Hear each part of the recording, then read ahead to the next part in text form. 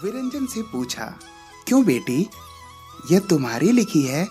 विरंजन ने सिर झुकाकर हाँ कहा। यह सुनते ही माता ने उसे कंठ से लगा लिया। घर के धंधों से तो उसे पहले से ही कुछ प्रयोजन न था, लिखने का आना सोने में सुहागा हो गया। माता उसकी तल्लीनता देख देख कर प्रमोदित होती। पिता हर्ष से फूला न समाता। नित्य नवीन पुस्तकें लाता। विरंजन सयानी होगी तो पढ़ेगी। इसी प्रकार काल बीतता चला गया। विरंजन का 12वां वर्ष पूर्ण हुआ, परंतु अभी तक उसे चावल उबालना तक न आता था। चूल्हे के सामने बैठने का कभी अवसर ही न आया। स्वामा ने एक दिन उसकी माता से कहा, बहन, विरंजन सयानी हुई, क्या कुछ गुण-ढंग नहीं सिखाओगी? सुशीला ने कहा, क्या कहूँ, जी तो चाहता है कि लग्गा लगाऊं, परंतु कुछ सोच कर रुक जाती हूँ। स्वामा बोली, क्या सोच कर रुक जाती हो? सुशीला, कुछ नहीं, बस आलस आ जाता है। स्वामा बोली, तो कुछ काम मुझे सौंप दो। भोजन बनाना स्त्रियों के लिए सबसे आवश्यक बात है। सुशीला बोली, अभी चूल्हे के सामने उससे कहाँ बैठा जाएगा? स्वामा, अब काम तो करने से ही आता है। सुशीला झेपते हुए बोली, अरे फूल से गाल कुमला जाएंगे।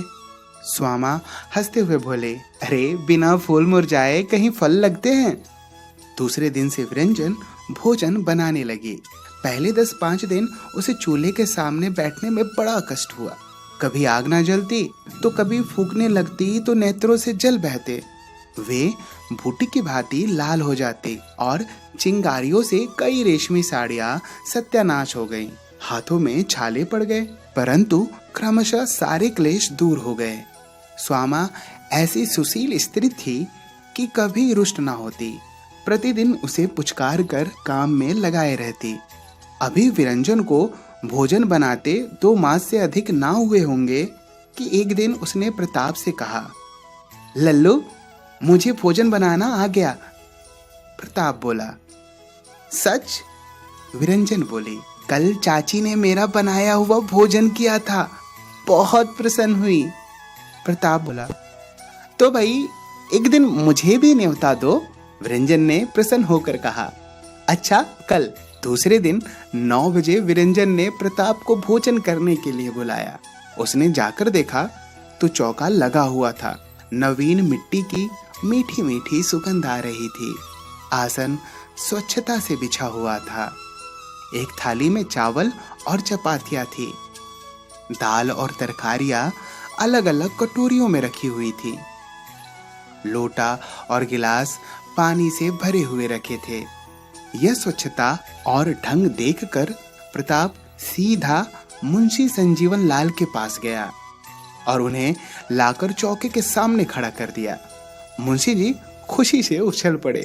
झट कपड़े उतारकर हाथ पैर धो प्रताप के साथ चौके में बैठ गए। अब बेचारी विरंजन क्या जानती थी कि ये भी वहां से बिन बुलाए पाहुने हो जाएंगे। उसने तो केवल प्रताप के लिए भोजन बनाया था। वह उस दिन बहुत लजाई और दबी आंखों से माता की ओर देखने लगी। माता समझते हुए मुस्कुराकर मुंशी जी से बोली, अरे तुम्हारे लिए तो अलग भोजन बना है, लड़कों के बीच कहाँ जाके कूद पड़े।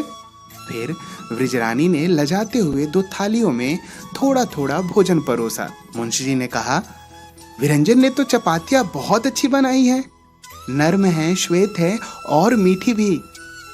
प्रताप बोला, चावल देखिए। फिर मुंशी जी ने कहा, मैंने ऐसी चपातियां कभी नहीं खाई। बेटी, सालन बहुत स्वादिष्ट बना है। विरंजन, चाचा को शोरबेदार आलू दो। यह कहकर प्रताप हंसने लगा।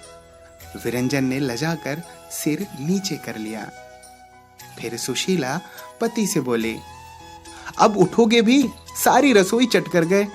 मुंशी जी ने कहा, क्या तुम्हारी भी लाल टपक रही है? फिर थोड़ी देर बाद निदान दोनों रसोई की इतिश्री करके उठे। मुंशी जी ने उसी समय एक मोहर निकालकर विरंजन को पुरस्कार में दे दी और आशीर्वाद दिया।